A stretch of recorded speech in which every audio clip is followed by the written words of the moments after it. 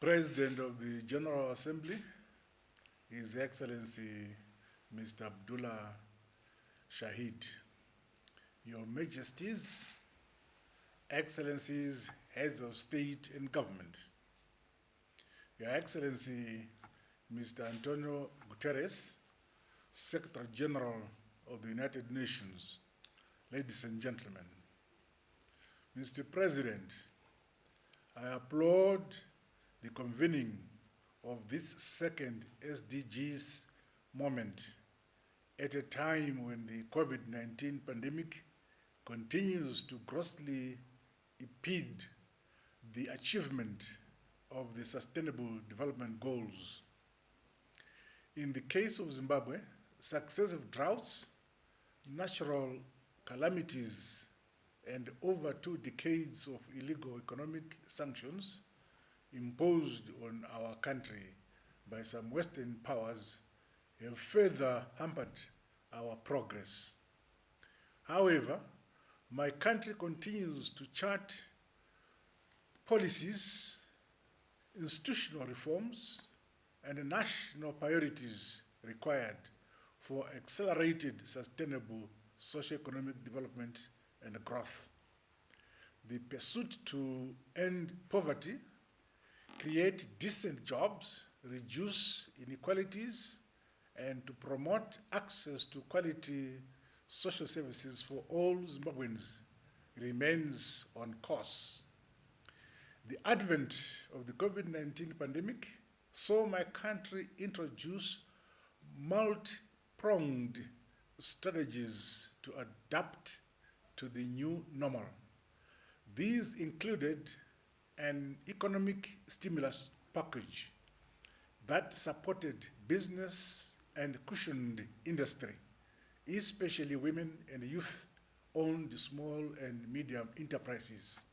Social protection coverage to vulnerable groups was broadened, while a free COVID-19 national vaccination program continues to be rolled out for all our citizens. Progress has been recorded across all the SDGs on key national aggregate indicators.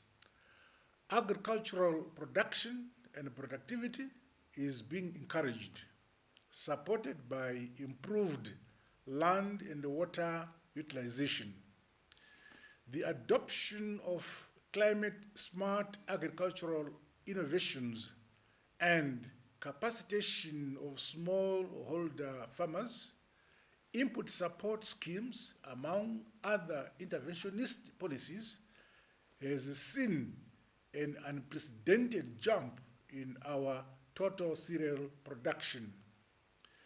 This has resulted in increased throughput for agriculture value chain industries, as well as improved incomes.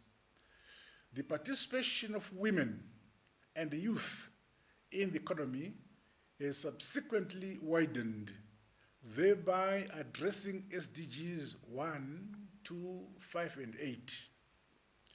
Zimbabwe also reviewed its national micro, small, and medium enterprises policy towards transforming the sector into formalized, innovative, export-oriented, and competitive enterprises.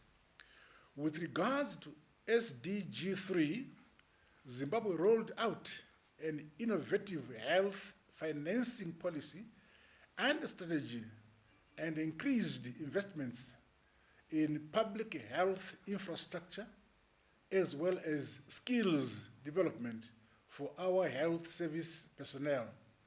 This has culminated in the reduction in maternal and under 5 mortalities, as well as a general decline in HIV prevalence.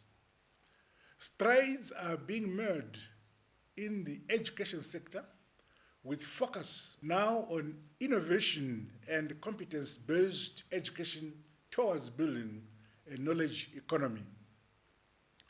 Climate resilience and adaptation remain a key priority to ensure sustainable socio-economic development and a broad-based empowerment.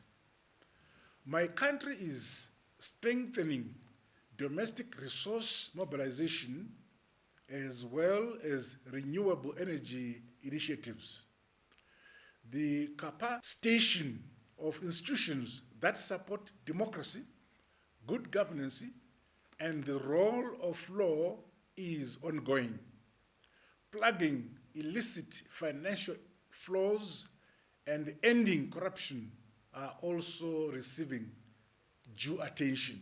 Finally, Zimbabwe remains committed to the implementation of the 2030 Agenda in this our decade of action and delivery.